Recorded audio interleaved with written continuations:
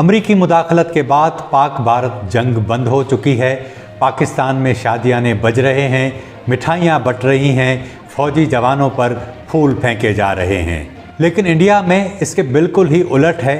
भारतीय जंगी मीडिया, जिसकी अक्सरियत के न्यूज़ रूम्स वार सर्कस बन चुके थे, अब मातम कदा बन गए हैं।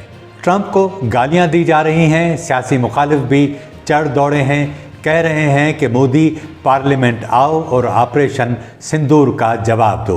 कराची के मलबे पर काफ़ी पीने के दावे करने वाले न्यूज़ एंकर्स की शामत आई हुई है। मुतवातर भारत से जंगे हारने का रिकॉर्ड रखने वाले पाकिस्तान ने मई की जंग कैसे जीती? क्या मसला कश्मीर ख़त्म हो जाएगा? क्या पाकिस्तान में फ़ौज की डोमिनेंसी ख़त्म हो जाएगी?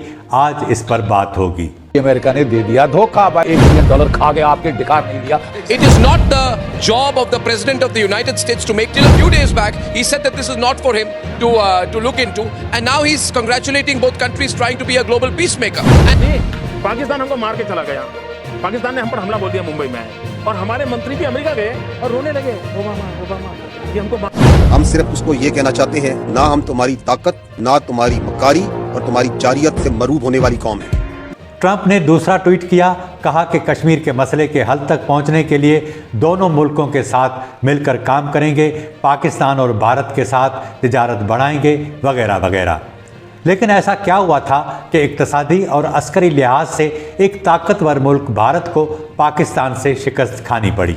उसका जंगी मीडिया जिस तरह ऐलान कर रहा था, उससे तो ये लग रहा था कि पाकिस्तान कोई कराची का चाकीवाड़ा है जिस पर अमन कमेटी ने कंट्रोल कर लिया है। एक मिसकैलकुलेशन ने मोदी का सियासी और माशी तौर पर बेड़ा गर्क कर दिया है। इस सिलसिले में भारतीय फ़ज़ाइया के साबिक जैगवार पायलट विजेंद्र ठाकुर ने पाक भारत जंगबंदी के बाद अपने मजमून में लिखा कि जदीद जंगें अब तेज़ी से ड्रोन टेक्नोलॉजी पर मुंतकिल हो रही हैं। वो लिखता है कि पाकिस्तान ने ड्रोन्स की एक वसी रेंज तैयार करके और जदीद हिकमत अमली अपना कर मैदान जंग में बरतरी हासिल कर ली। 9 मई को पाकिस्तान ने 400 से 500 ड्रोन्स पर मुश्तमिल एक ज़बरदस्त हमला किया, जिसका मकसद भारत के एयर सिस्टम को मुतहर्रिक करके उनकी पोजीशंस और इलेक्ट्रॉनिक सिग्नल्स का डेटा हासिल करना था। इस मालूमात की बुनियाद पर अगली ही रात पाकिस्तान ने S-400 एयर डिफेंस सिस्टम्स, बैरीहोस मिसाइल बेस और तोपखाने को निशाना बनाया। विजेंद्र ठाकुर कहता है कि भारत ने महंगे मगर मौसर हथियारों पर इन्हिसार किया, जबकि पाकिस्तान ने ड्रोन्स की लागत, तरबियत और ऑपरेशनल जहानत के ज़रिए बरतरी हासिल की। वो कहता है कि भारत को इंटरसेप्टर ड्रोन्स की तैयारी, तरबियत और इंतज़ाम पर तवज्जो देना होगी, लेकिन उसके बकौल भारतीय फ़ौज का इदारा जाती ढांचा इतना सख्त है कि नई टेक्नोलॉजी को जल्द कबूल करने की राह में रुकावट बन सकता है। लेकिन BBC इंडिया के नामानिगार सौटिक बसवास पाकिस्तान और भारत के दरमियान हालिया जंग को 2 एटमी क़ुव्वतों के दरमियान दुनिया की पहली ड्रोन जंग करार देता है। उसके मुताबिक भारत इसराइल से जदीद ड्रोन, जिनमें हैरोन, सर्चर, हार्पी और हैरो प्रेडिटर और MQ-9B अमेरिका से खरीद रहा है। वो लिखता है कि पाकिस्तान के पास 1000 ड्रोन्स हैं। हालिया तनाज़े के बाद एक बात वाज़े हुई कि ये खित्ता अब ड्रोन वारफेयर की तरफ बढ़ रहा है। अब रिवायती अफवाज के बजाय खुदकार, गैर इंसानी और रिमोट कंट्रोल टेक्नोलॉजी जंगों का फैसला करेगी, और ये एक नया चैलेंज है। हालिया जंग में पाकिस्तान की बरतरी के बारे में अमरीकी और बरतानवी सहाफ़ी कहते हैं कि 10 मई को पाकिस्तान की तरफ से मिसाइलों की बारिश ने भारत को दिफाई पोजीशन में खड़ा कर दिया।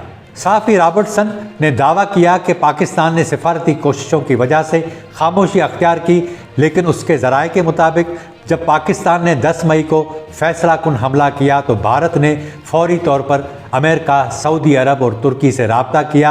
BBC जनूबी एशिया के रीजनल एडिटर एन ब्रासन एथराजन ने कहा कि अमरीकी मुदाखलत पर यह जंग टल गई है, लेकिन भारत फैसला कुन कार्रवाई में नाकाम रहा।